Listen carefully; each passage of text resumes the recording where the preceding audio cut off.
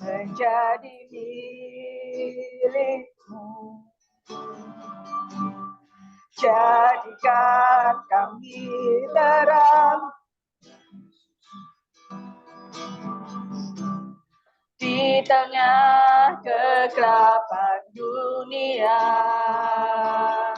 membawa bangsa-bangsa kepadamu. Tuhan, ini kerinduanku bagi-Mu Tuhan, seluruh hidupku.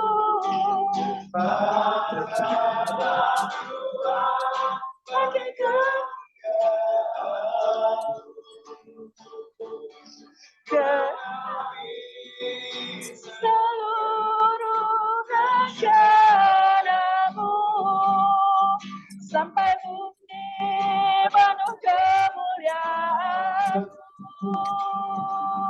Bagi-Mu Tuhan, seluruh hidupku. Bagi kemuliaan-Mu. Genapi seluruh rencana-Mu sampai bumi penuh kemuliaan-Mu. Bagi-Mu Tuhan, seluruh hidupku. Pakailah Tuhan bagi kemuliaan.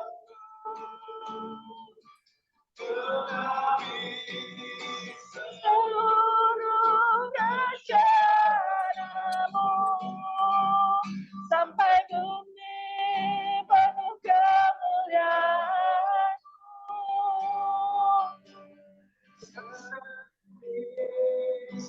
Seluruh rencana-Mu sampai bumi penuh kemuliaan-Mu.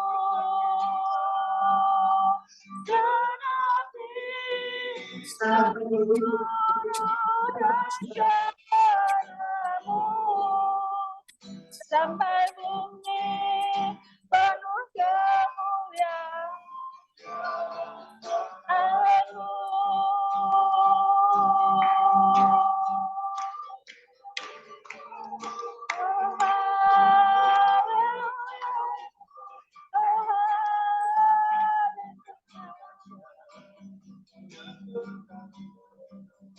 Sampai bumi penuh kemuliaan-Mu, jadikan kami terang bagi hidupku, jadikan kami terang terhadap percaya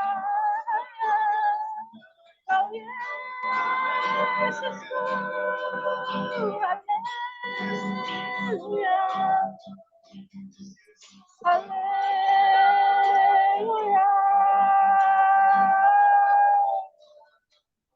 Biar kemuliaan-Mu nyata dalam hidupku. Biar kasih-Mu nyata dalam hidupku.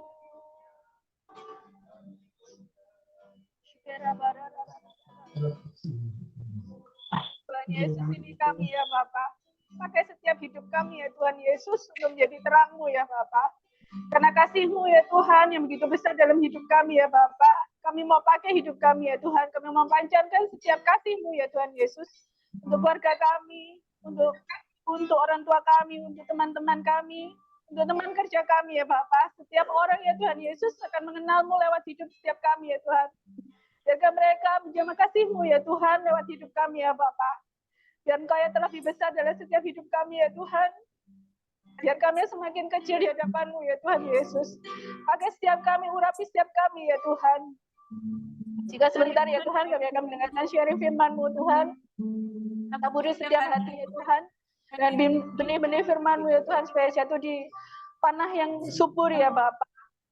Biar setiap karya Tuhan dapat tertanam dan berbuah Tuhan dalam setiap musim kehidupan kami. Di dalam nama Yesus, setiap orang yang percaya sama-sama katakan amin. Thank you.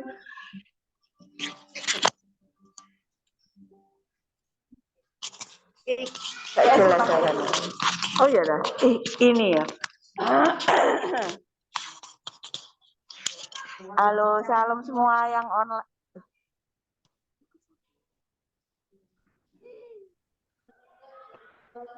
Ini ke ya? Latihan Gilang itu apa?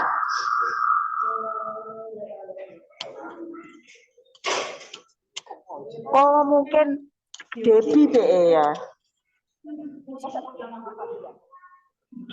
Halo, Aisyah, Lydia. Halo, ya, Fatian Gilang ini siapa ya? Laura. Cedek ikan. Oke. Kita sharing dulu. Hai. Iren ya mau sharing ya.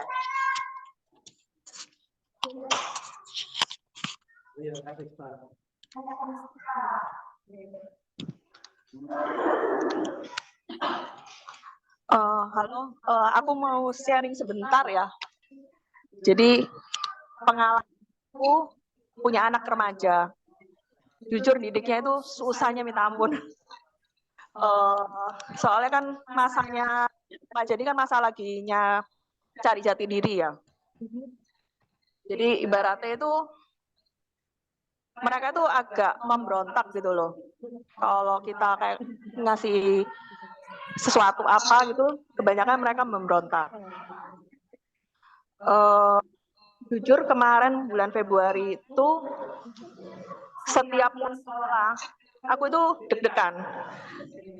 Kayak di kelasnya Gilian ini teman-temannya itu kayak selalu membuat onar gitu loh. Jadi ada yang selalu di 7 anak itu harus ditinggal sampai di sidang dulu apa kayak gitu. Dan tipenya Gilian ini memang sih cuek ya. Jadi kayak dia itu kayak nggak mau tahu urusan apa. Jadi kayak misalnya, Mami, temannya Jil 7 orang ditahan di sekolah mau disidang.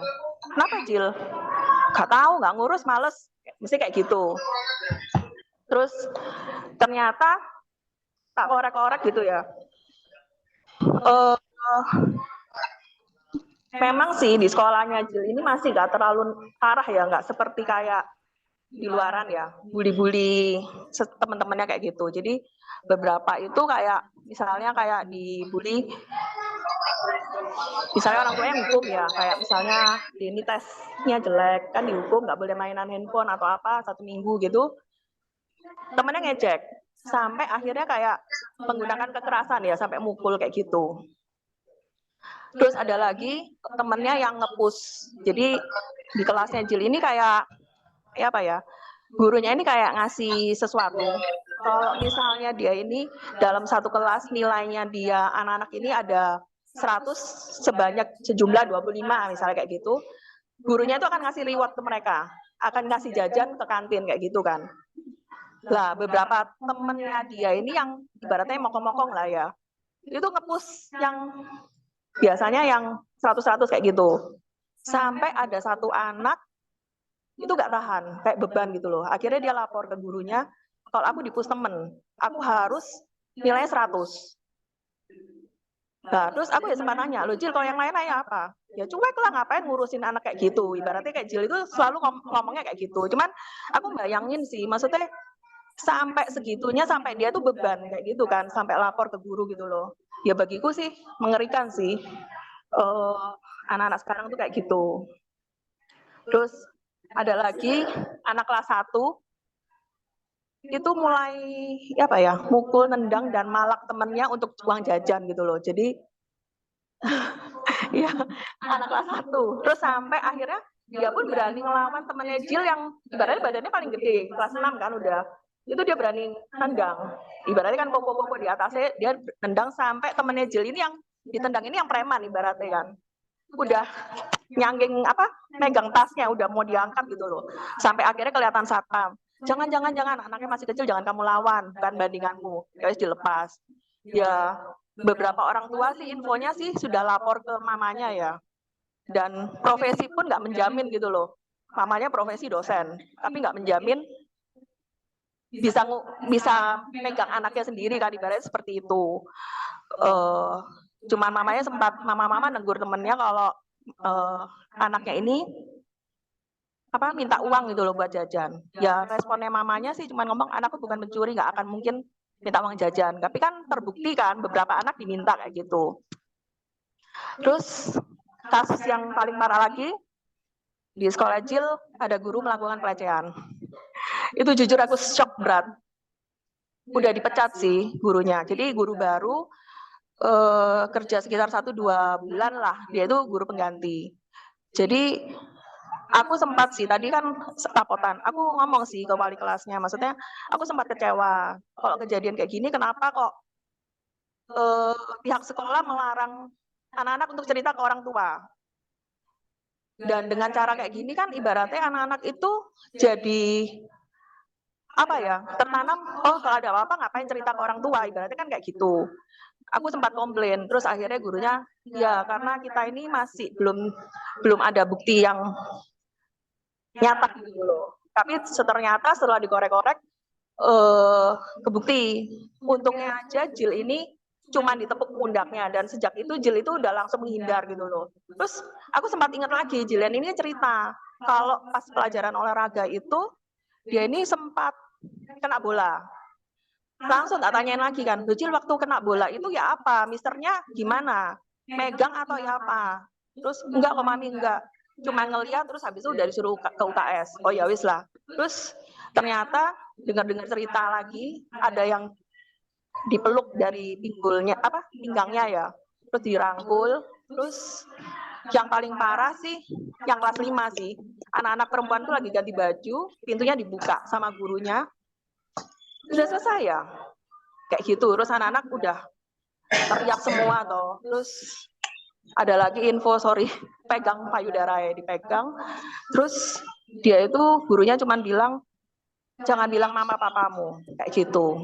Ya maksudnya beberapa orang tua sih komplainnya kasus ini baru kebongkar, kenapa gurunya udah diberhentikan kayak gitu. Seharusnya kan maksudnya diselesaikan dulu. Ya, aku sih nangkepnya gini, kita ini kan nggak tahu ya, maksudnya di sekolah itu gimana, lingkungan luar gimana. Maksudnya kita itu kudu bekalin anak kita itu imannya kudu kuat. Ya, jalan satu-satunya sih dia ikut komunitas yang benar, kayak ajak ke CG. Walaupun anak yang nggak mau ya apa, kita usaha ajak. Terus juga ajak ke gereja.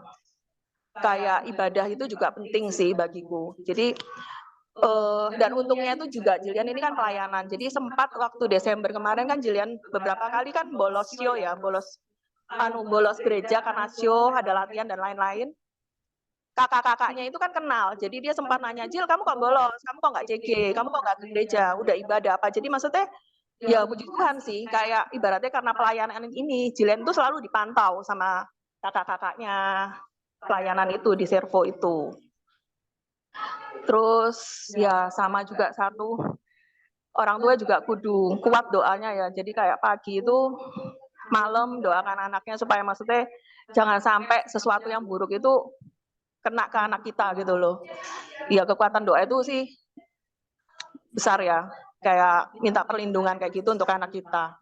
Itu aja sih. Thank you. Ada lagi yang mau sharing? Sini gurunya masuk. Ada lagi yang mau sharing saksian?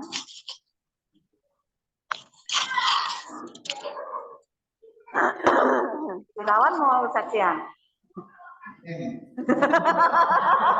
Langsung ketegangan daerah tuh Mbak. Nah,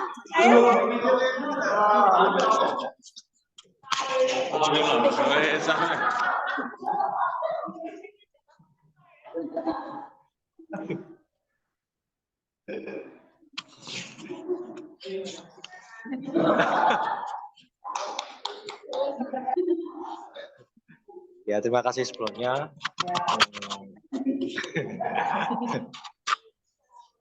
Ya, ini saya sharing tentang ya pekerjaan terakhir saya yang di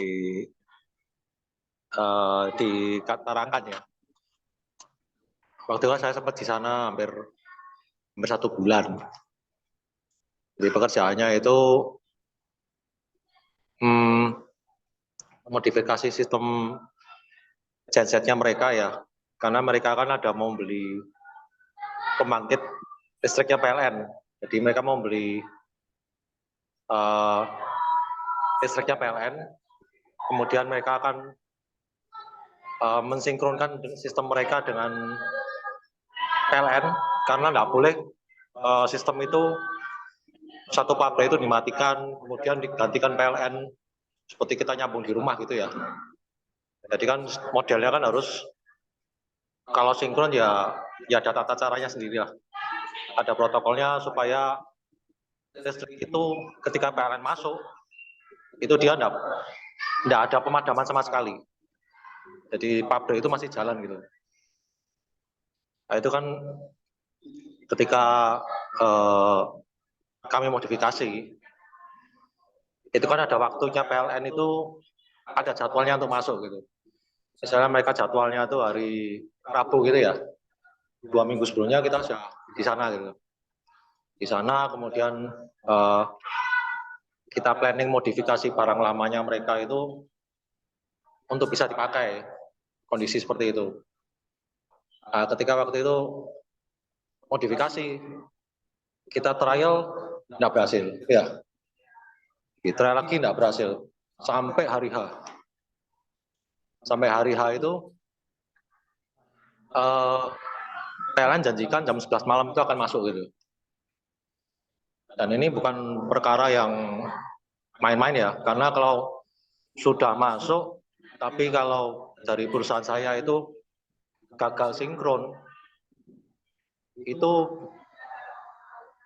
bayarannya kan PLN kan hitungannya harian ya, harian sampai sebulan. Dalam sebulan mereka tagihannya mungkin sekitar 3-4 miliar ya. Jadi kalau sehari aja nggak bisa masuk, itu masalahnya sangat besar sekali. Ketika jam 9 malam itu, saya nelpon Zan, ini masih belum bisa ya apa? Mau saya ke sana lah. Ya sebenarnya ke sana pun ya tetap aja nggak akan bisa gitu ya. Karena ya paling jadi bumper gitu lah ke sana. Kalau ke pabrik itu ya. Waktu itu PLN-nya sendiri ini ternyata dari dalamnya, dari PLN ya, mereka tuh nego juga gitu. Jadi nego untuk minta mundur. Karena ketika hari Rabu itu kalau mereka masuk, mereka bilang mau ngetes dulu daya 1,5 megawatt.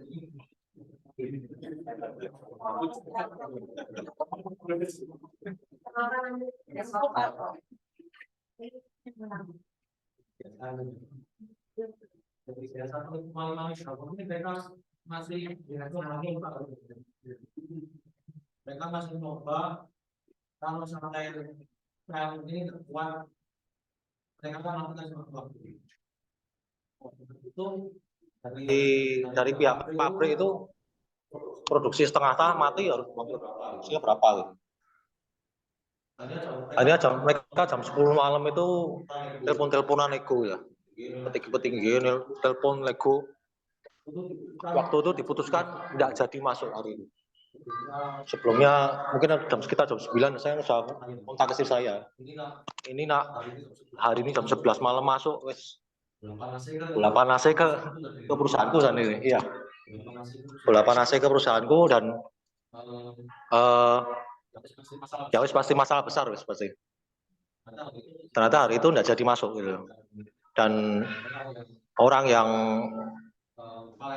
kepala engineer yang berkepentingan langsung yang tahu masalah ini ya, dia bilang ini enggak saya mau ngomongkan ke bos saya dulu gitu masalah ini, karena memang belum kejadian. Kalau memang kejadian saya baru ngomong. Jadi dia diem, dan bosnya pun ya nggak tahu kalau perusahaan saya itu sampai sekarang belum bisa gitu, belum bisa ngelakuin sinkron yang seperti yang dijanjikan. Kemudian hari itu berarti lolos lah, lolos ditentuin waktu berikutnya hari Minggu. Hari Minggu mereka akan masuk gitu PLN-nya. Nah, hari Kamis itu kita meeting internal sendiri, planning untuk pekerjaan berikutnya, modifikasinya seperti apa. Ya sudah, kita planningnya misalnya seperti A, model A ini kita modifikasi lagi, kita rombak panelnya. Hari Jumat belum selesai, hari Sabtu selesai ya. Selesai, kemudian sebelum PLN masuk itu kita trial gitu, trial dengan beban lain seperti simulasi gitulah. Dan ternyata hari itu bisa, Sabtu itu simulasi Sabtu sore bisa. Kemudian dilanjutkan hari Minggu, PLN masuk, ya boleh dikata semuanya cukup lancar dan ya bagi saya puji Tuhan sih, karena memang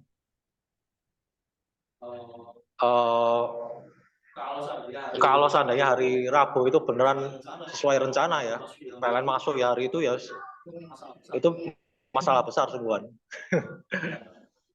Dan kepala engineering-nya pun yang ngomong ke kita setelah hari Minggu itu, ini kalau Rabu masuk sungguhan, waduh, nggak tahu aku sana. Ya apa ini? Supaya tetap Tuhan tuh jaga gitu loh, jaga sampai sedetail itu dia ya. Sehingga ketika kita belum bisa itu kita masih dikasih kesempatan. Ya kira-kira seperti itu loh.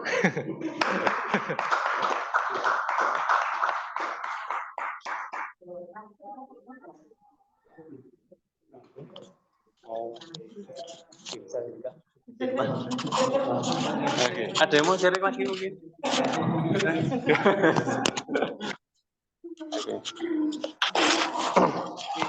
Oke.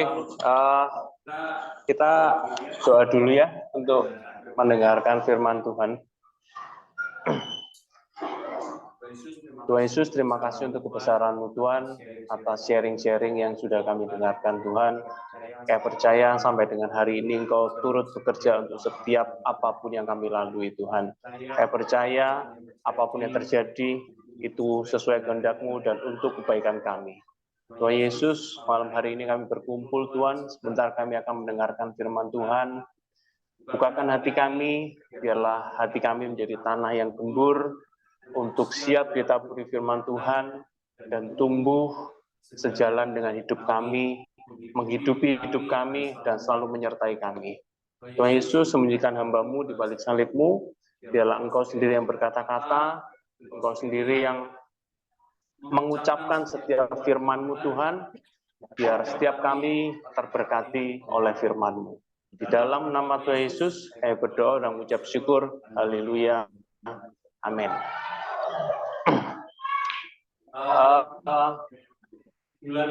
Bulan Maret ini kita fokus temanya itu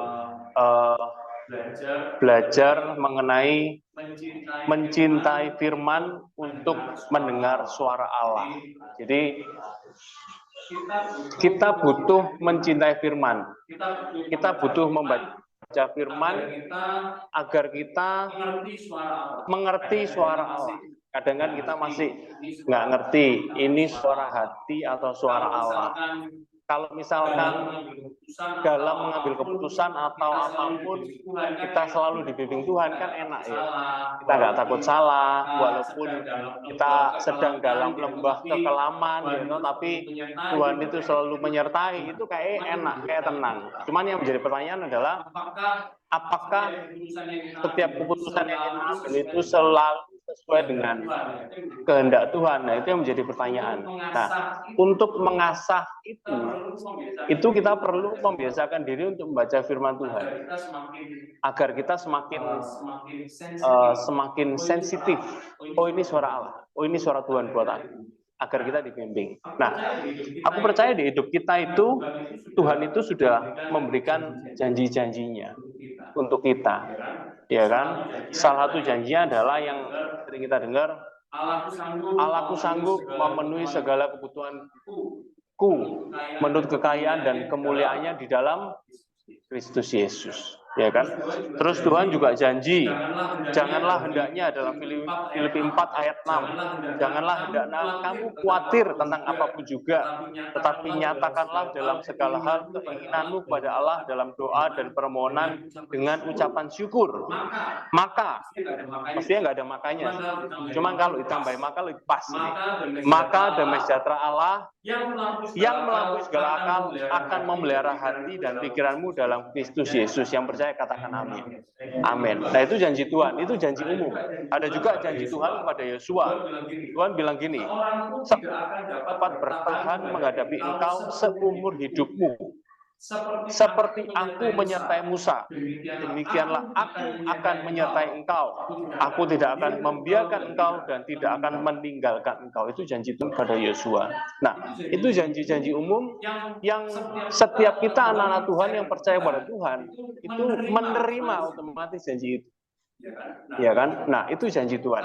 Tapi aku percaya selain janji-janji yang umum itu, Tuhan juga punya perkara pribadi pada setiap kita, di mana perkara itu bisa beda dengan kita, setiap orang pribadi demi pribadi bisa berbeda. Ya kan? Dilihat dari case kehidupan kita, itu Tuhan bisa menyentuh kita pribadi demi pribadi, tiap pribadi itu beda-beda. Nah, aku akan ajak kita untuk baca kisah Saulus di Kisah Para Rasul 9 ayat 1. Yuk kita buka. Kisah Para Rasul 9 ayat 1.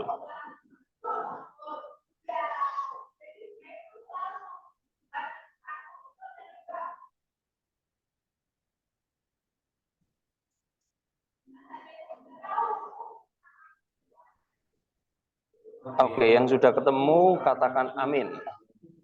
Oke, kita baca gantian ya, mulai dari hari aja deh. Sementara itu berkobar dari Saulus mengingatkan dan dia berkata dengan bangsa.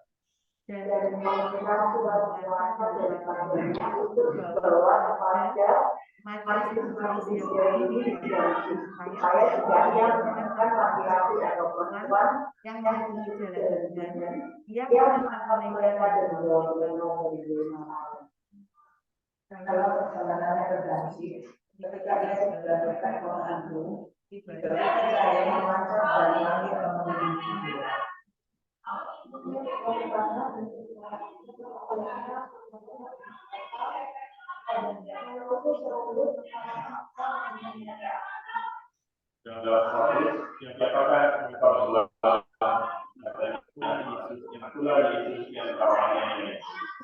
Tapi Samuel dan bertiga ke dalam kota, di sana akan dikatakan kepadamu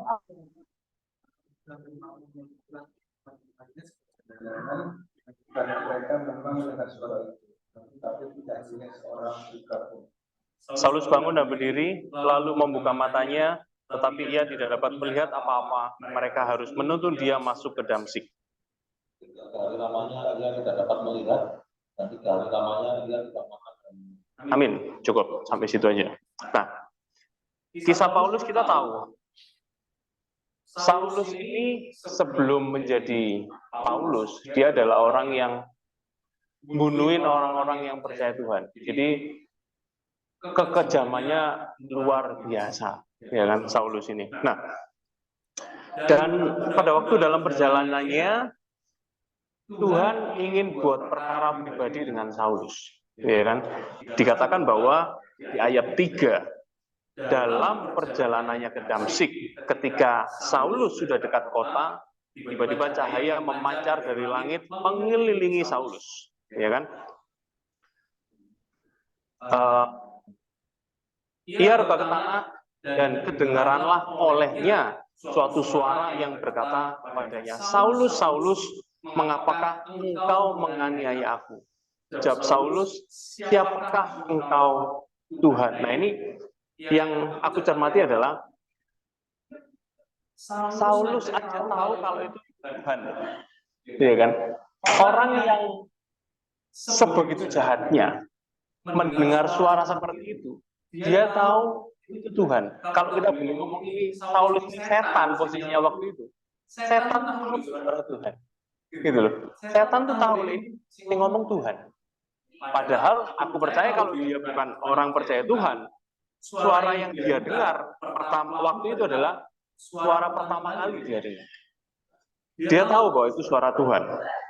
Dan dijawab, akulah Yesus yang kau aniaya itu. Ini juga mengertikan bahwa Allah kita, Allah Tritunggal, Bapa, Putra, dan Roh Kudus. Allah, Yesus, dan Roh Kudus.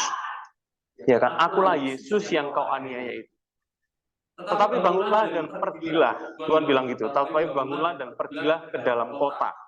Di sana akan dikatakan kepadamu apa yang harus kau berbuat. Nah, ini perintah pertama yang Tuhan bilang kepada Saulus. Ini perintah pertama. Ya. Tuhan bilang, tetapi bangunlah dan pergilah ke dalam kota. Di sana akan dikatakan kepadamu apa yang harus kau berbuat. Ayat 7 dikatakan, maka termalu-malulah teman-temannya seperjalanan. Karena mereka teman-temannya memang mendengar suara, tetapi tidak melihat seorang juga pun. Artinya, yang melihat dan mendengar hanya Saulus. Teman-teman ini nggak dengar sih, tapi nggak melihat. Jadi saat itu Tuhan itu benar-benar punya suatu perkara pribadi dengan Saulus waktu itu, ya kan? Karena yang melihat hanya Saulus. Nah, lalu Saulus bangun dan berdiri. Lalu membuka matanya, tetapi ia tidak dapat melihat apa. Pertama, saat kita menerima janji Tuhan, janji khusus, spesial request dari Tuhan untuk kita.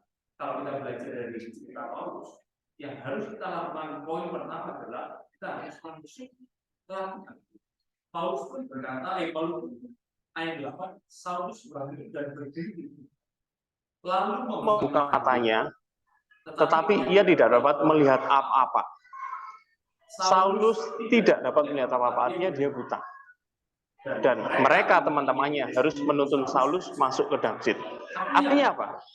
Saat kita mendengar atau mendapatkan special request dari Tuhan, yang harus kita lakukan pertama adalah yang harus kita lakukan, kita taat. Walaupun pada saat itu kita buta. Buta dalam arti apa? Dalam arti apa? Kita kadang nggak ngerti apa yang Tuhan inginkan kita lakukan. Contoh dalam hal mengampuni. Mengampuni itu gampang atau susah? Susah bilang. Kalau kita sudah disakiti orang, apalagi dihentikan banyak sekali. Contoh misalkan kita ngumpulin uang sedikit demi sedikit. 100.000, 200.000, 300.000, 500.000, 1 juta, 5 juta, 10 juta.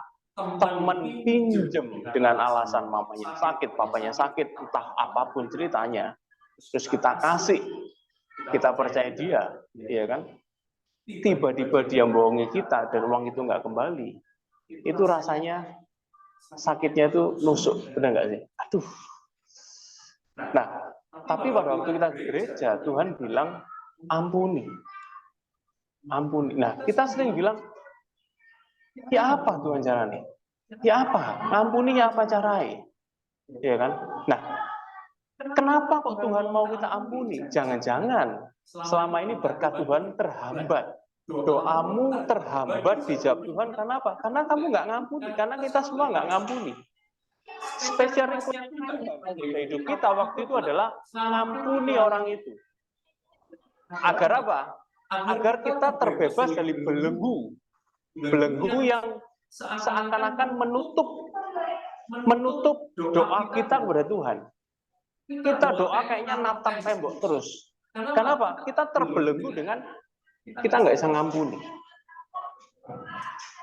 Kenapa kok berkat Tuhan atau doa kita itu susah terjawab, susah terrealisasi? Itu erat kaitannya dengan mengampuni. Coba kita buka di Matius 6. Matius 6 ayat 5. Tak bacakan aja deh, tidak apa-apa.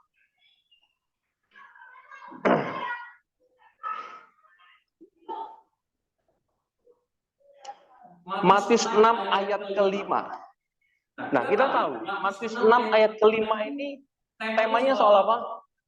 Soal berdoa, hal berdoa, ya kan? Tak percaya. Ayat 5. Dan apabila kamu berdoa, janganlah berdoa seperti orang munafik. Mereka suka mengucapkan doanya dengan berdiri dalam rumah-rumah ibadat dan pada tikungan-tikungan jalan raya supaya mereka dilihat orang. Aku berkata kepadamu, sesungguhnya mereka sudah mendapatkan upahnya. Tetapi jika engkau berdoa, masuklah ke dalam kamarmu, tutuplah pintu dan berdoalah kepada Bapamu yang ada di tempat tersembunyi. Maka Bapamu yang melihat yang tersembunyi akan membalasnya kepadamu. Lagi pula dalam doamu itu, janganlah kamu bertele-tele seperti kebiasaan orang yang tidak mengenal Allah. Mereka menyangka bahwa karena kata-kata doanya akan dikabulkan. Jadi, janganlah kamu seperti mereka, karena Bapamu mengetahui apa yang kamu perlukan sebelum kamu minta kepadanya. Ayat 5 sampai 9, ini memang masih dalam lingkupan cara berdoa. Betul nggak? Ayat 9. Karena itu berdoalah demikian, diajarin berdoa. Bapa kami yang di surga, dikuduskanlah namamu, datanglah kerajaanmu, jadilah kehendakmu di bumi seperti di surga. Berikanlah kami pada hari ini makanan kami yang secukupnya, dan ampunilah kami akan kesalahan kami, seperti kami juga mengampuni orang yang bersalah kepada kami.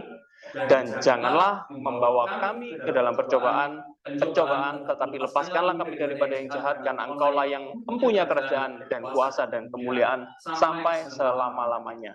Amin. Ayat 5 sampai ayat 13 ini masih hal berdoa sesuai dengan konten, ya kan?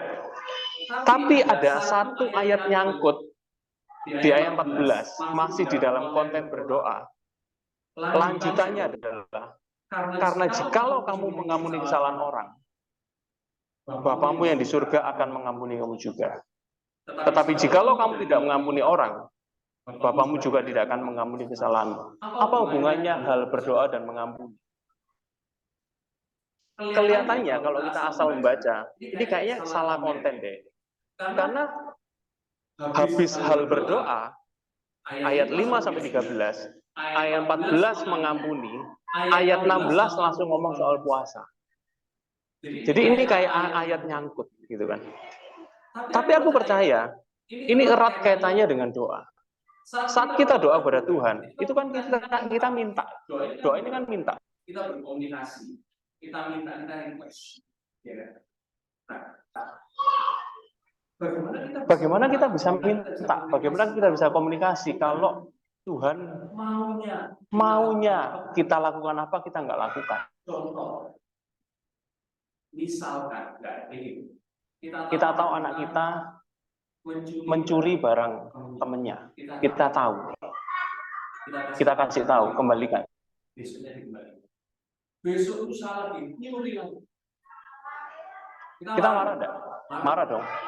Kembalikan. Enggak dikembalikan ternyata. Nah, nggak dikembalikan. Terus anak kita minta ke kita, Pak, Ma, beliin aku gadget baru dong. Padahal kita tahu kita nyuruh dia kembalikan. Kira-kira kita ngasih nggak akan ngasih. Bukan kita pelit, karena kita ingin mendidik dia yang baik. Kalau dia belum bisa berkelakuan baik dan jelas itu salah, dan dia minta ke kita ngasih, artinya kita sebagai orang tua nggak bisa didik. Sama. Kalau kita doa, tapi jelas-jelas Tuhan ngomong ampuni orang itu, tapi kita nggak mau ngampuni. Kalau Tuhan menjawab doa kita, itu artinya Tuhan nggak bisa didik kita. Padahal Tuhan itu Tuhan yang mendidik. Ya kan? Nah, artinya apa?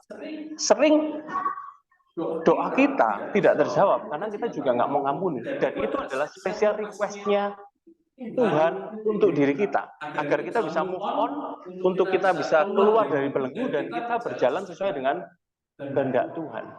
Saat kita nggak bisa keluar dari lingkaran setan itu, tanda kutip ya kan, ya susah. Nah, tapi yang Saulus lakukan adalah Saulus langsung dan taat, dan dia buta. Buta artinya apa?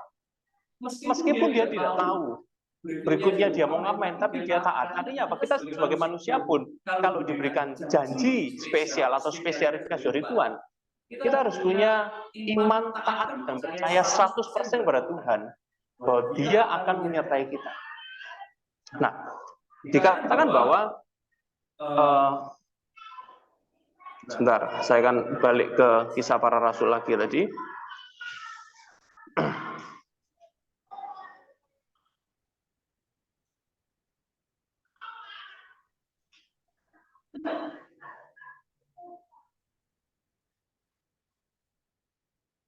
Nah, 3 hari lamanya ia tidak dapat melihat, dan 3 hari lamanya ia tidak makan dan minum. Dia tidak makan dan minum. Tidak dijelaskan apakah dia puasa. Tetapi aku tahu Saulus ini puasa karena ada di ayat 11. Ya kan? Ayat 10 dikatakan begini, di Damsyik ada seorang murid Tuhan bernama Ananias. Firman Tuhan kepada Ananias, dan Ananias berkata, ya, ini aku Tuhan. Firman Tuhan, mari pergilah ke jalan yang bernama Jalan Lurus dan carilah di rumah Yudas seorang dari Tarsus yang bernama Saulus. Dan dikatakan, ia sekarang berdoa. Artinya, Saulus sekarang berdoa. Dan dalam suatu penglihatan, ia melihat bahwa seorang yang bernama Ananias masuk ke dalam dan menumpangkan tangannya ke atasnya supaya dia dapat melihat. Artinya apa? Pada waktu itu dia tidak makan dan tidak minum, dia juga berdoa. Dan ini bisa terlihat bahwa dia bukan hanya sekadar tidak makan, tidak minum, tapi dia berpuasa. Kenapa berpuasa? Karena dia ingin mendekatkan diri. Sama. Kalau kita mendengarkan special request dari Tuhan yang terlihatnya sangat susah, mungkin kita juga perlu puasa. Karena di sisi yang lain, sekali lagi, Tuhan itu Tuhan yang setia. Tuhan itu nggak akan request ke kita tanpa menyertai kita. Terlihat bahwa di sisi sini Saulus menunggu, tapi di sisi yang lain, Tuhan sudah nyuruh berfirman kepada Ananias untuk mendatangi Paulus. Artinya apa? Tuhan itu menyiapkan orang. Tuhan itu menyiapkan bukan kita sendirian, tapi Tuhan menyiapkan aspek-aspek atau orang-orang di sekitar kita untuk membantu kita asal kita mau taat. Yang penting taat dulu lah. Yang penting taat dulu lah. Walaupun kita nggak tahu nanti ketemu dia lagi aku harus kayak gimana, nggak usah dipikirin dulu. Nanti uangku yang 10 juta itu kalau misalkan nggak balik, aku bayar sekolah, aku mau masuk SMP apa, wes nggak usah dipikir dulu. Yang penting kita taat. Nah, dan lanjutannya adalah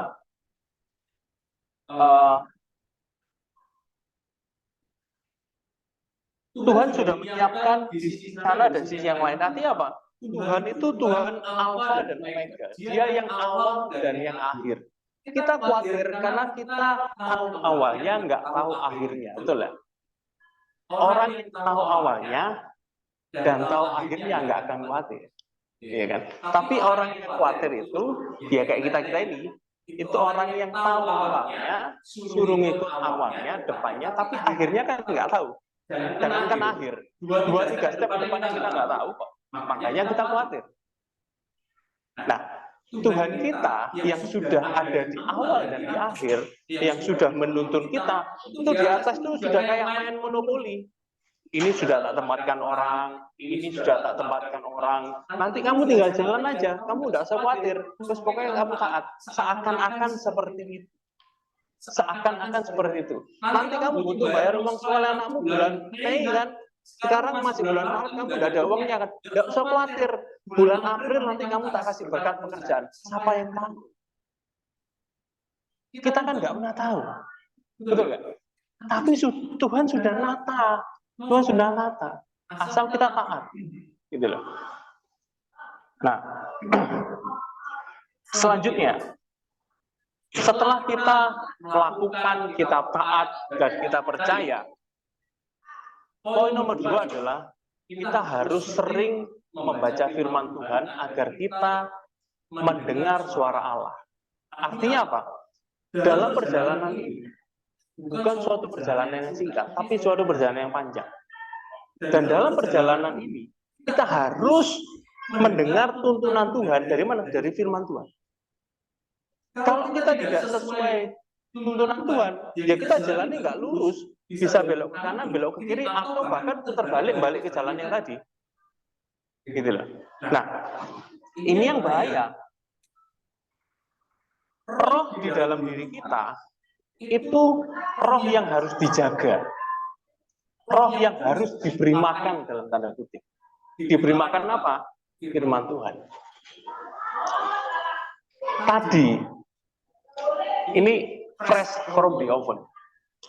Aku dengar cerita ada orang di kantor, ya kan? Orang Kristen, usia kurang lebih 35 tahun, cewek.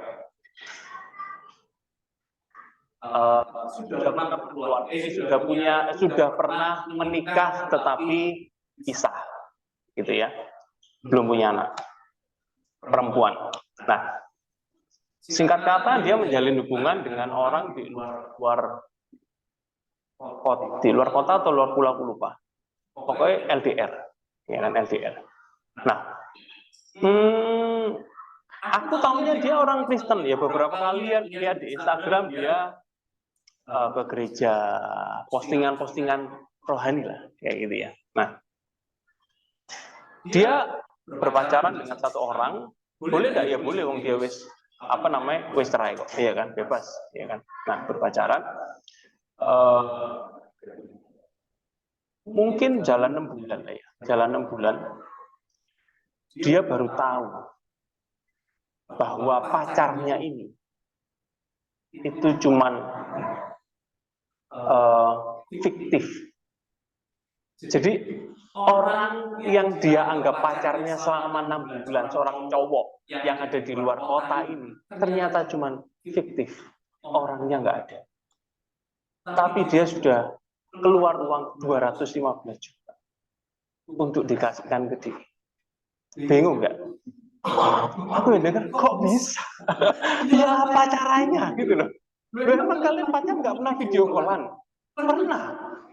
Tapi dia nggak pernah mau nunjukin. Waktu video call, dia berada di kamar atau kantor, dia mesti menunjukkan yang arah sana, ada foto DE, ada meja DE, ada foto DE, gitu-gitu. Misalkan ke arah sini, itu cuman bagian sini atau nggak pernah terlihat jelas. Terus pacarnya ini ngomong, kalau aku ini punya sepupu yang dari kecil tuh tua sampai aku, wis tahu semua ceritaku, ya kan? Kamu tak kenal no ya? Ya pasti kenal nanti. Cewek, sepupu ini cewek. Ngobrol. Akhirnya ada waktu mereka ini karena LDR janjian ketemu di Bali, ya kan? Jadi selama 6 bulan ini, di dalam 6 bulan di bulan ketiga ini, mereka pernah janjian di Bali. Dia kan nih kok bisa nggak tahu yang mencari fikir, betul nggak? Ternyata pada waktu janjian di Bali, pada waktu hari H, yang datang sepupu ini, sing cewek ini, ngomong, sorry, DE tiba-tiba sakit harus langsung ke Singapura. Jadi aku datangnya harus ngomongin kamu, Sakno, gitu kan. Akhirnya selama di Bali ini ya sepupu ini, kayak gitu loh. Ya wes, mari ya kan. DE dikenal nabi mama ini papa nih, ada apa? Tapi itu fiktif semua. Hebat ya. Kok bisa ya? 6 bulan. 6 bulan, bukan 6 hari. Bukan 6 minggu, 6 bulan. Dan dia keluar uang 215 juta. Aku yakin, dan dia bilang sih, ini bukan sekali bulan 215 juta, tapi berkali-kali. Kok bisa dia ngeluarin uang terus tanpa ketemu orangnya, tanpa ketok orangnya, dia ngeluarin terus, ya apa caranya? Iya kan? Mungkin kayak Saulus sih, dibutakan. Iya kan? Cinta itu buta. Ya apa caranya gitu loh. Aku sampai waktu aku ditanya, aku sampai ngomong apa ya? Ya apa rumusnya gitu loh. Kayak benar-benar sinetron. Akhirnya dia lapor polisi. Istilahnya scammer apa ya? Termasuk penipuan, termasuk ya apa ya? Psikopat dibilang. Ternyata yang dalang dari semua ini adalah siapa? Sepupunya tadi itu. Sepupunya yang dikatakan sepupu cewek itu dia ini yang membuat semuanya itu. Jadi ini bikin itu sangat profesional. Kamarnya sudah tertata rapi, kantornya sudah tertata rapi, foto-foto ini semuanya ada. Pokoknya ya intinya ya apa caranya 6 bulan nggak ketemu pokoknya. Aku ya apa ya gitu. Dan ini orang yang sudah pernah menikah. Artinya apa? Dia bukan orang yang baru berhubungan tuh. Orang baru berhubungan mungkin nggak pernah tahu cowok ya apa, cewek ya apa ya kan. Ini ada yang senang BDS, pokoknya mau. Mungkin ini wis pernah merit ini.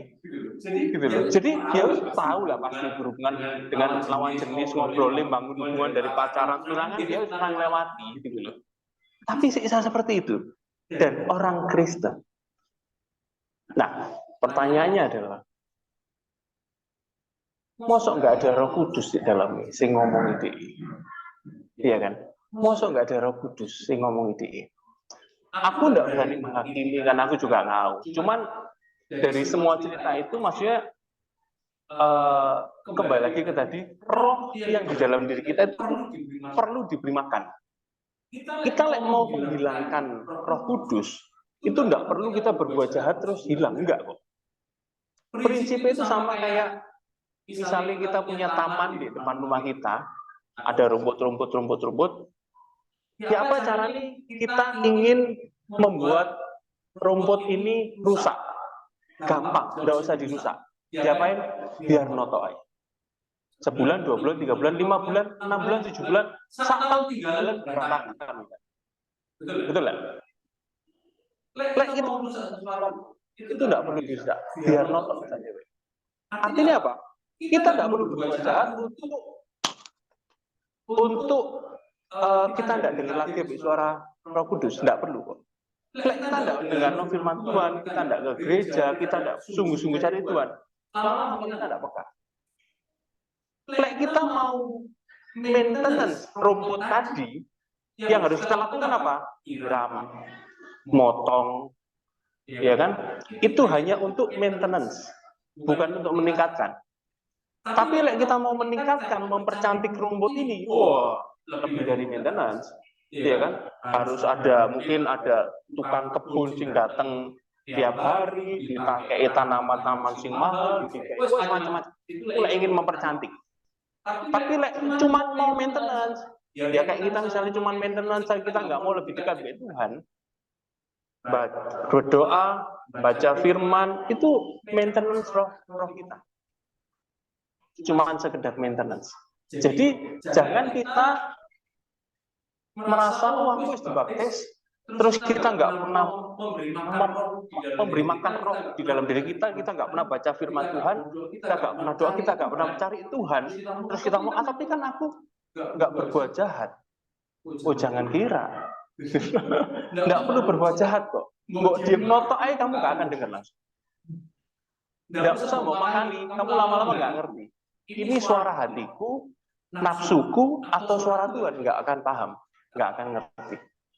Gitu loh. Nah, dengan kita memberi makan memberi makan roh kita, artinya kita dituntut. Dari awal Tuhan memberi special request, perjalanan kita dituntut. Dan dengan dituntut ini akhirnya kita mengenal Tuhan.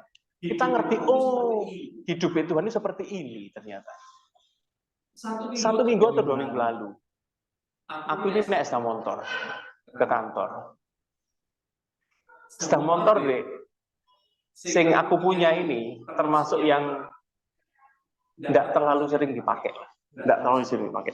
Waktu aku pakai, bensinnya mepet. Ya kan? Bensinnya mepet. Tapi waktu berangkat ini, kayaknya aku mampir pom bensin, saya nggak nutut. Lewat pom bensin, waduh ngantri. Terus nanti ke kantor sih pulangnya aku ngisi. Ya kan? Pulang, perjalanan, nggak nemu-nemu bensin. Sampai di Rungkut, tahu ya, Rungkut mau ke arah Rungkut Industri. Ya kan? Nah, teman-teman yang tahu Rungkut Industri, di Rungkut Industri itu ada 1 pom bensin. Dari arah mana? Jemur Handayani di sebelah kanan lah. Jemur Handayani lurus perempatan Rungkut Industri di sebelah kanan. Terus mulai berebet.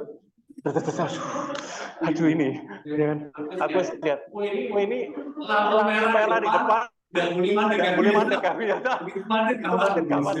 Aduh ya. Waduh kok merah sih, mulai pelan-pelan ngenteni hijau, terus hijau mati motor, aduh ya kan, aduh wis coba kita asal juga jalan, aduh wis nonton tuh jarang naik sepeda motor, nonton lagi ya, aduh wis mari pas di perempatan, lewat perempatan Silut. Begitu nonton aku sih dalam posisi kan sih atas dan motor, jadi aku mau ngetek perempatan, tak pikir berbeda tuntutan itu, jadi aku di atas mau turun, orang dan motor bisa jalan. Betul, ada sing dorong, ada sing ngomong, Pak, tak dorong, mau kemana? Apa? Bocor apa bensin? Bensinnya kentekan Pak. Oh ya wes, saya tak dorong. Aku sampai gitu. Aduh gitu. Aku sampai, wih, Tuhan ini ya. Urusan kayak gini aja perhatiin dong. Gitu. Jadi akhirnya didorong. Ini di depan mau bensin dia Pak. Ya wes akhirnya ini ada putar balik. Terus ini ngomong sampai sini Pak ya, soalnya sampai sini kadon sampai sini. Ya wes aku cuma nonton nyebrang street nyampe. Aku sampai aduh terima kasih Tuhan, terima kasih. Tuhan kita tuh perhatian. Tuhan kita itu sampai hal-hal kecil kayak gitu itu Tuhan perhatikan gitu loh. Jadi aku sampai aduh terima kasih Tuhan, terima kasih gitu. Aku dengan kejadian simpel itu aku terberkati. Aku terberkati karena apa ya? Akhirnya ya itu pengenalan Tuhan. Kita semakin tahu Tuhan kita itu Tuhan yang peduli. Mungkin diperbolehkan tadi nonton video lah ya 45K ya kan. Ayo mari itu didorong. Aku langsung ngambil kesimpulan gini. Ya mungkin Tuhan izinkan kadang kita bekerja keras atau bekerja agak sedikit berdarah-darah, tapi Tuhan nggak pernah meninggalkan kita. Tuhan tuh tahu kapasitas kita. Gitu. Tuhan tuh tahu di mana saatnya Tuhan itu langsung dorong. Tuhan tidak pernah terlambat, tapi biasanya mepet. Mepet. Apa mepet? Ya itu agar kita berserah pada diri. Gitu loh. Agar itu tujuannya. Dilihat ngeluh enggak sih kamu? Ngeluh enggak gitu loh. Nah, di situ itu yang kedua. Nah, artinya yang kedua adalah dalam perjalanan untuk menggenapi siapa cara kita bisa ngampuni. Kita nggak bisa ujuk-ujuk, oke, aku ngampuni, aku percaya. Tapi kita berjalan seperti kita hidup biasa, nggak akan bisa. Aku yakin pada waktu ketemu di gereja, apa lagi? Pasti nggak mungkin. Tapi kita harus diiringi dengan firman Tuhan. Lama-lama kita dewasa. Akhirnya kita paham, oh ternyata dia bujuk aku, dia sing sakno ya. Orang sing bujui semestine yang kasihan adalah dia bukan kita. Tuhan kenal kita kok, Tuhan tahu kebutuhan kita kok. Kita pasti diberkati lah Tuhan. Tapi dia karena bujui mampet berkati. Sing sakno dia bukan kita, tapi pendewasaan ini baru kita sadar kalau kita berjalan dengan Tuhan. Nah, poin yang ketiga. Di poin ketiga ini aku ada satu video sing aku terberkati Soro, sangat terberkati video ini. Aku ngeliatnya mungkin wis lebih dari 3 kali lah. Dan kapan lalu sempat aku jalan pas kerja bareng ambil lunglung, aku share video, dia juga terberkati. Gitu. Jadi aku pengen malam hari ini kita juga dengerno agar terberkati juga. Nah, di setelno CDW. Video ini nggak usah denger nonton. Ini kesaksian dari seorang pendeta.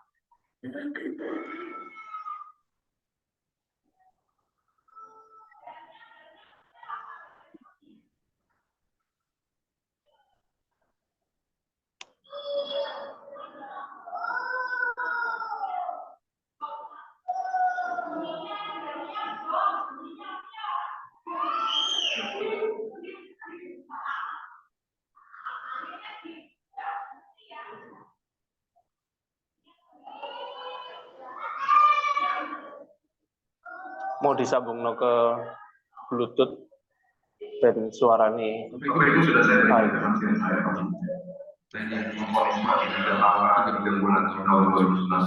Jelas, suaranya jelas. Oke.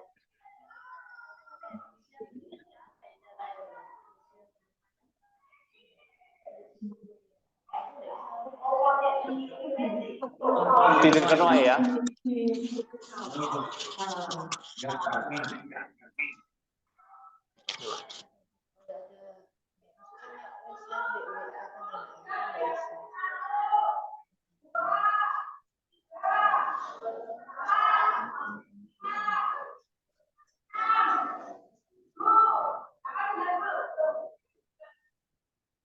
Didiagnosa kanker darah dan yang mengerikan pada saat itu adalah ketika dokter masuk ke dalam kamar dan dia bilang, Pak, kita harus mulai kemo besok. Hari ini Bapak akan dibolongin dadanya, bukan tangannya tapi dadanya dibolongin karena nanti masuk kemonya dari situ, Pak. Tubuh saya sudah hancur, darah saya sudah habis. Dan salah satu komponen adalah darah merah. Kalau ada dokter di sini pasti tahu, darah merah adalah pengantar oksigen. Karena darah merah saya sudah habis, sudah hampir habis maksudnya. Saya kalau jalan sedikit udah megap-megap karena udah nggak bisa, oksigen udah nggak ngalir. Akhirnya dokter bilang gini, mohon maaf Pak, kami harus masukkan injeksi cairan kemo dalam tubuh Bapak banyak 600 mili botol aqua per hari, dikali 7 hari, sorry 500 mili, dikali 7 hari berarti 3,5 liter. Di awal masih oke lah dengerin itu, tiba-tiba dia bilang gini, terus dia tarik-tarik napas. Dokter kalau udah tarik napas berarti mengerikan. Lagi jelasin terus tiba-tiba gini, aduh apa sih dok? Mohon maaf Pak, cairan kemo ini keras loh Pak. Oke, maksudnya dokter apa? Ini Pak, ini kalau suster lagi beberes kantong kemonya, tiba-tiba satu tetes dari cairan itu jatuh ke tangannya suster kebakar Pak. Satu tetes saja. Bapak bisa bayangkan 500 mili diinjeksi ke tubuh Bapak, berarti tubuh Bapak hancur Pak. Hancur. Itu sebabnya saya mau jelaskan kepada Bapak, setelah pengobatan organ-organ Bapak hancur, Bapak masuk ICU, Bapak koma, Bapak mati Pak. Kenapa yang diobatin? Dok. Kenapa yang diobatin? Mohon maaf Pak, ini karena penyakit Bapak sudah akut, ini jalan terakhir Pak. Toh usia Bapak juga tinggal 3 bulan. Paling lama 6 bulan. Dari pengobatan ini total, Mas. Gimana sih, Dok? Pak, Bapak udah ngerti kan? Maaf, saya harus bacakan ini semuanya supaya Bapak ngerti. Sekarang tolong Bapak tanda tangan. Ibu juga tanda tangan. Ini di Singapura General Hospital. Tolong tanda tangan. Supaya kalau Bapak mati, Ibu tidak akan tuntut rumah sakit. Waktu dokternya keluar dari kamar saya, apakah saya lihat Yesus? Yang saya lihat diagnosa, yang saya lihat kertas ditulis mau mati. Itu yang saya lihat. Tapi puji Tuhan pagi hari waktu lagi baca renungan keluar Amsal 4 ayat 20-23, arahkan telingamu kepada ucapanku ya Bil, simpan di dalam lubuk hatimu, karena itu sumber daripada kehidupan bahkan kesembuhan bagi tubuhmu. Tiba-tiba keluar pewahyuan yang akhirnya jadi viral kemana-mana. Keluar pewahyuan, tiba-tiba saya ngomong gini sama istri saya, sayang, yang dokter katakan tadi itu kenyataan. Yang firman Tuhan katakan adalah kebenaran. Kenyataan harus tunduk sama kebenaran. Fakta itu harus tunduk sama kebenaran bahwa aku sudah sembuh dalam nama Yesus. Itu yang saya mulai katakan hari lepas hari. Saya hanya bergantung kepada suara itu. Dan saya mulai baca firman Tuhan dengan keras supaya telinga saya dengar, karena iman timbul dari pendengaran akan firman Allah. Tiap hari saya katakan itu. Apakah jadi baik? Tidak. Apakah jadi luar biasa? Tidak. Hancur organ saya. Setelah 7 hari tiba-tiba pagi-pagi saya bersin. Yang keluar darah semuanya. Saya dilarikan ke ruang operasi. Ditarik cairan keluar dari paru-paru saya, hancur. Darah semua yang keluar. Dan beberapa kali saya hampir mati dari antara hari Senin sampai hari Kamis. Kritis kondisinya. Kalau ada dokter sekali lagi di tempat ini pasti tahu, kalau ada leukosit itu darah putih, itu sudah menginjak di titik 0,03. Kalau leukosit udah nggak ada, darah putih udah nggak ada, itu pertahanan tubuh. Bakteri, virus sama racun merajalela di tubuh saya, 41 derajat, sampai bergetar tubuh saya, sampai pingsan, hilang matanya putih udah. Dipasangin alat sama dokter mau ditarik ke ICU, nggak pernah jadi. Kenapa? Karena ketika mau ditarik ke ICU, tiba-tiba Tuhan bangkitkan saya. Dan tiba-tiba di monitornya kelihatan, panasnya turun jadi normal. Dokter bilang, kok jadi normal? Nggak jadi. Berkali-kali seperti begitu. Terus saya minta makan, minta minum. Besoknya gitu lagi. Berkali-kali kayak begitu. Sampai-sampai kalau doa bilang, Tuhan itu ngeri banget Tuhan kemarin. Dan ada suara selalu di hati saya begini, nggak apa-apa. Makin ngeri, makin seru nanti kesaksiannya. Luar biasa Tuhan. Tahannya nak, aku bersertamu ya nak. Itu suara terus-terusan di sini. Bos, gak enak Tuhan, gak enak rasanya, ngeri loh Tuhan. Kasihan istriku Tuhan, dijerit-jerit Tuhan. Bapak Ibu tahu, anak saya nomor 1 lagi berhadapan sama ujian kelas 3 SMA, dan dia lagi sekolah di Singapura. Anak saya yang nomor 2 berhadapan sama ujian kelas 6 SD di Jakarta. Kami semuanya masuk ke dalam padang gurun musim itu. Mereka tahu dan mereka berpikir di belakang pikiran mereka bahwa ada kemungkinan besar papanya nggak pulang nih ke rumah. Dan mereka harus belajar. Bapak Ibu tahu, anak saya yang sekolah di sana datang ke kamar saya tuh hari Jumat, Sabtu, Minggu. Bawa bangkelang, laptop segala macam. Kenapa? Belajar. Bawa buku-bukunya ke kamar. Kalau udah datang tuh udah kedengeran suaranya, karena rame anaknya, perempuan saya. Sampai susah-susah kenal sama dia. Kalau datang bawa ice tea lah, bawa es krim buat saja. Rame udah kedengeran itu si Raina datang.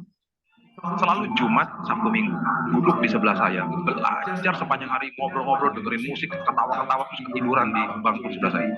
Itu tiap Jumat, Sabtu, Minggu. Bapak Ibu tahu, setiap Jumat, Sabtu, Minggu saya selalu dalam kondisi fit, tidak pernah kritis. Dan Bapak Ibu tahu, itu menyebabkan dia bisa belajar. Nah, dia nggak tahu. Dan setelah lewat beberapa minggu, saya bilang gini, jangan kasih kita, oh, suster, diam-diam aja. Rupanya Tuhan membutakan.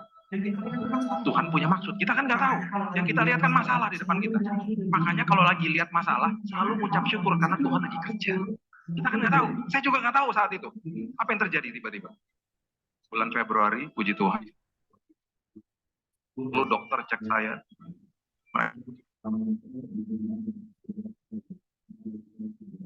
Komputernya, dan mereka bilang, kami nggak bisa temukan sel Itu mujizat yang pertama yang saya terima. Ya, udah gitu berangsur-angsur akhirnya singkat cerita saya keluarlah dari rumah sakit tanpa obat, akhirnya sembuh total. Ya. Nah, anak saya yang perempuan karena dia melamar sekolah, salah satu sekolah yang dia lamar itu namanya Biola University.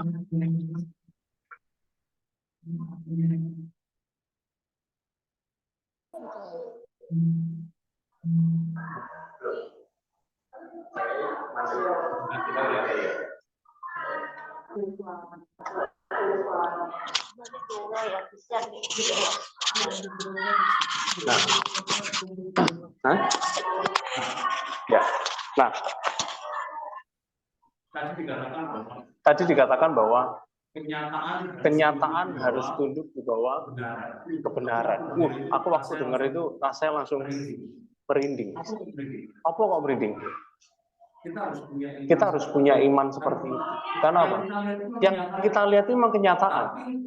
Tapi kita punya firman Tuhan, di mana kebenaran. Kenyataan harus tunduk di bawah kebenaran. Artinya kita harus membaca firman Tuhan. Dan kita harus memperkatakan firman Tuhan. Kenapa? Kebenaran. Itulah janji Tuhan. Mungkin pada waktu itu kita melihat kenyataan tidak sesuai apa janji Tuhan.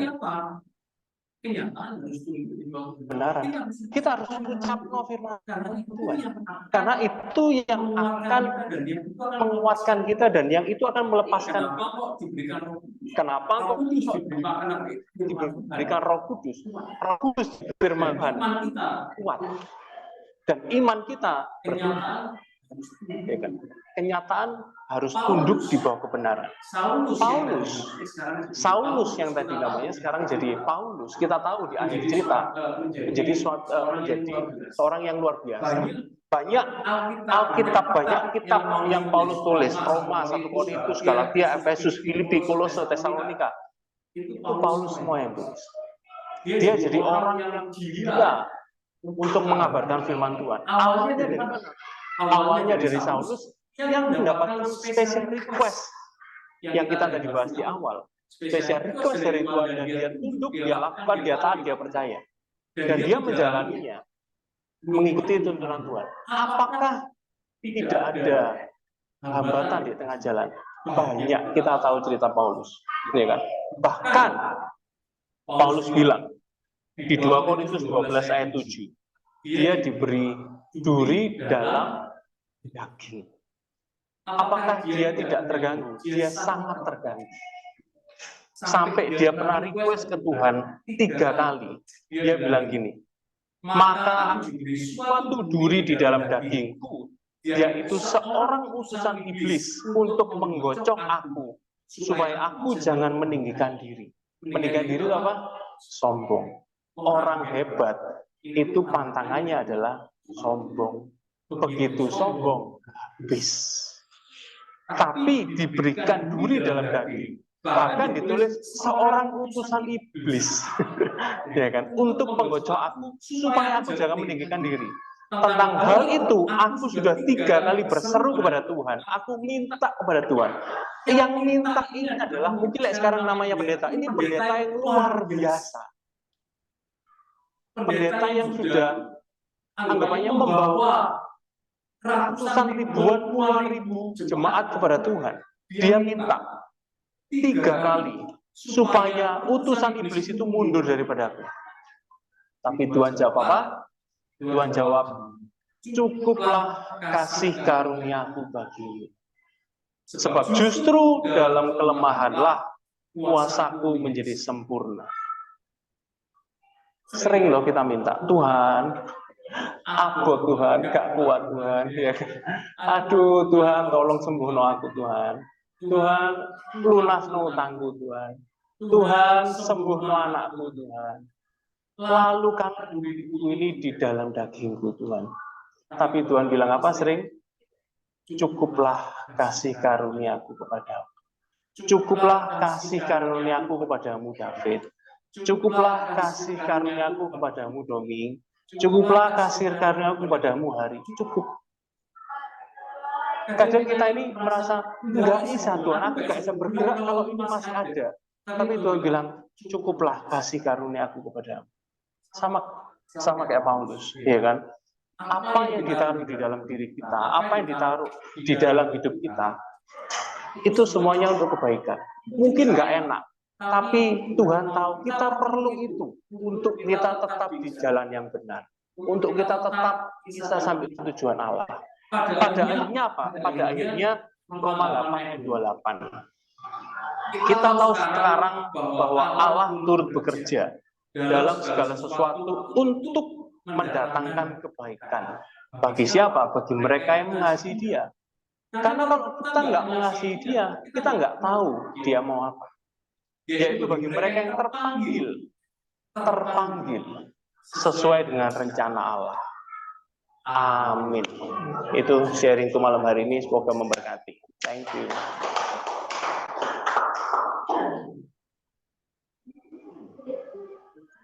Oh ya.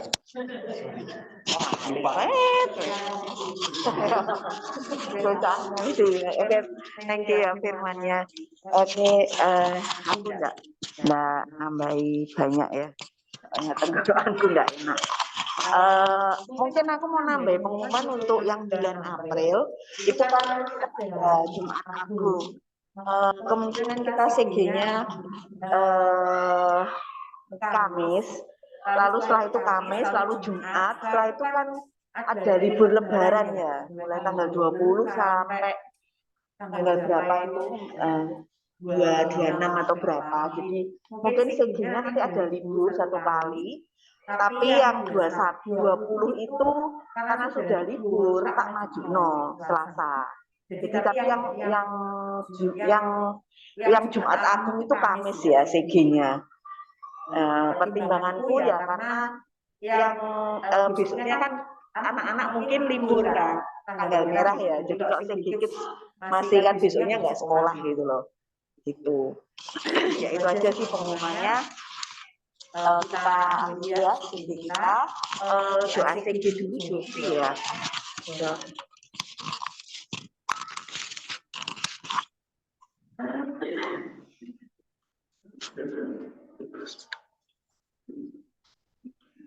Mari kita berdoa.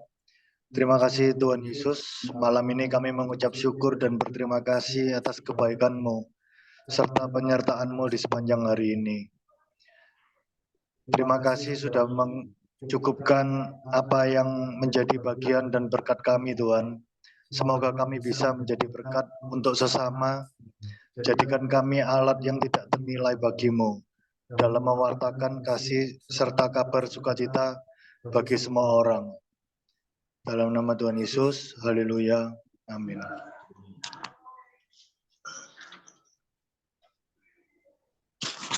Ayo kita berdoa.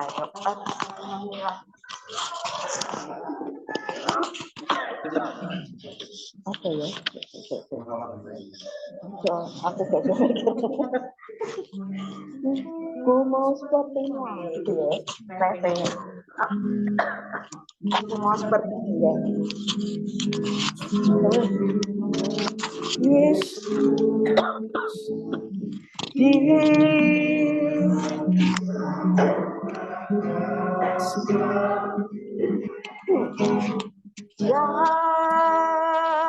Dalam segenap jalanku memuliakan nama-Mu, ku mau seperti-Mu, ku mau seperti-Mu, Yesus,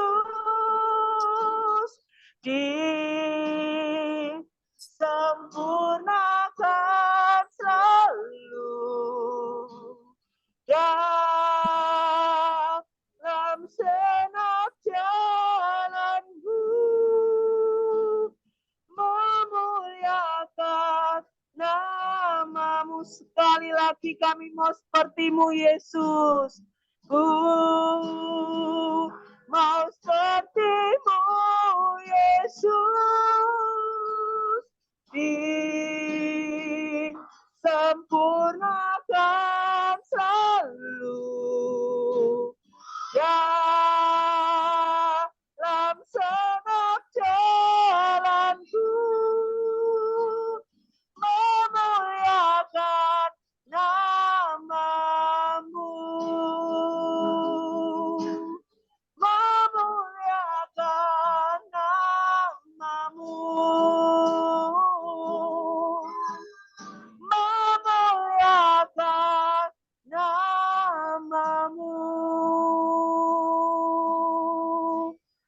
terima kasih ya Tuhan. Kami mengucap syukur Tuhan. Malam hari ini kami mau berikan kesempatan sekali lagi untuk mendengarkan firman-Mu Tuhan. Biar setiap benih, setiap iman, setiap takbiran Tuhan malam hari ini tidak akan sia-sia Tuhan. Hati kami siap diubahkan ya Bapa, bahwa kami semakin serupa dengan Engkau. Pakai setiap area kehidupan kami untuk melayani Engkau Tuhan. Pakai pekerjaan kami, pakai keluarga kami Tuhan, pakai anak-anak kami Tuhan, pakai apa yang kami punyai Tuhan, untuk melayani Engkau, pakai hobi kami Tuhan, apapun dalam hidup kami Tuhan, kami mau melayani Engkau seumur hidup kami. Terima kasih ya Tuhan, biarlah hidup kami selalu memuliakan nama-Mu, di setiap jalan kami memuliakan Engkau Tuhan. Kami malam hari ini Tuhan menerima urapan yang baru. Setiap dari kami yang hadir di sini, baik online maupun onsite Tuhan, ada urapan yang baru Tuhan. Ada roh yang hidup Tuhan. Setiap iman yang muncul dihidupkan kembali dalam nama Yesus. Setiap hati yang kering Tuhan, kembali meluap Tuhan, kembali rindu kembali Tuhan, kembali mencari Engkau lagi di dalam nama Yesus. Terima kasih ya Bapak, urapan-Mu turun atas kami, setiap kami menerima sukacita dari surga, setiap kami Tuhan menerima damai sejahtera daripada-Mu dalam nama Yesus. Terima kasih ya Bapak, berkati juga anak-anak OCG Tuhan, mereka setiap firman yang ditaburkan malam hari ini di anak-anak OCG Tuhan, terus ada di hati mereka terus mencari Tuhan, masa muda mereka pakai Tuhan, masa muda mereka menjadi anak-anak yang peka oleh suara Tuhan di dalam nama Yesus. Terima kasih Bapak, kami juga mengucap syukur, juga berdoa untuk teman-teman kami yang saat ini tidak bisa hadir, yang mengalami sakit Tuhan, apapun yang mereka alami, baik sakit secara fisik mereka, organ tubuh mereka juga mengalami mungkin sakit secara hati jiwa mereka, menjamah, pulihkan, lembutkan Tuhan, baru setiap luka yang ada di dalam nama Yesus. Dalam nama Yesus Tuhan, biar setiap damai sejahtera, berkat-berkat terobosan breakthrough turun saat ini di dalam nama Yesus. Yang percaya katakan amin. Yo, thank you. Yuk kita foto dulu ya. Jangan ditutup dulu.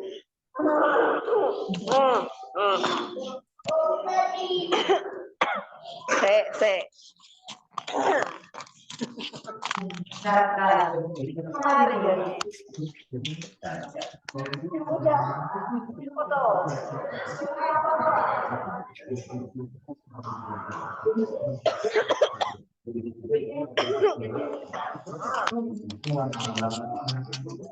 Ayo foto saya. Kak Risa, gimana kabarnya?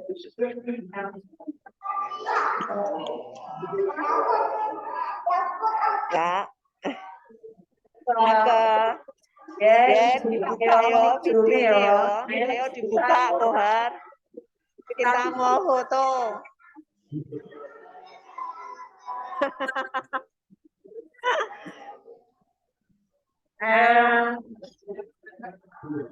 Ayo. Jejer ah.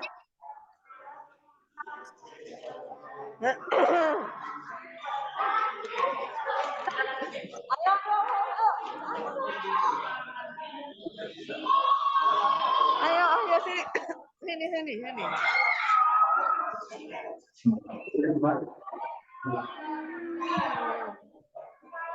Ya, ayo.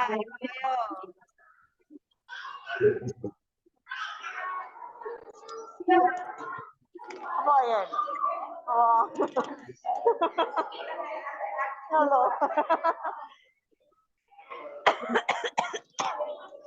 Bisa ya? Namanmu.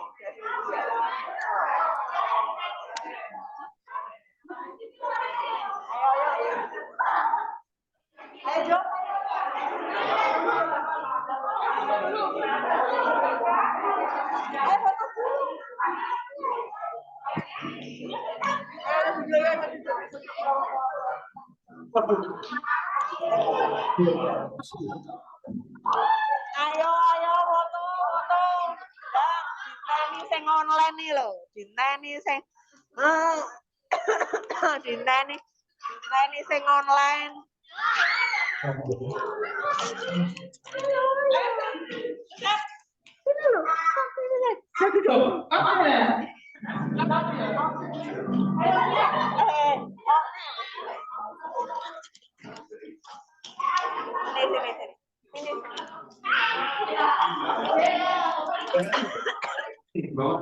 Ayo.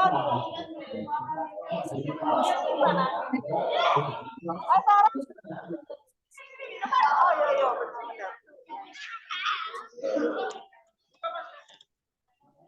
Ayo.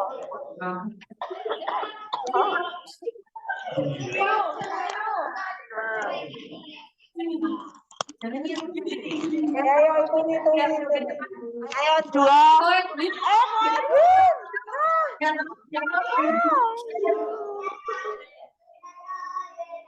Ayo dulu. Ayo. Oh, merapat.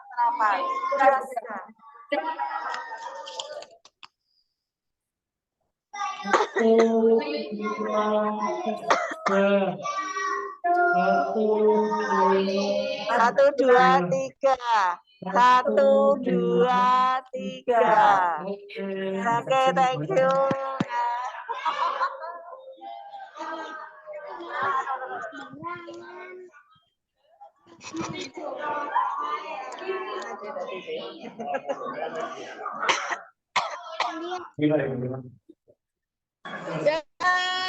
Tidak mendengar suara kalian. Thank you, Lin. Tuhan, bye. Thank you semuanya, God bless. Dadah.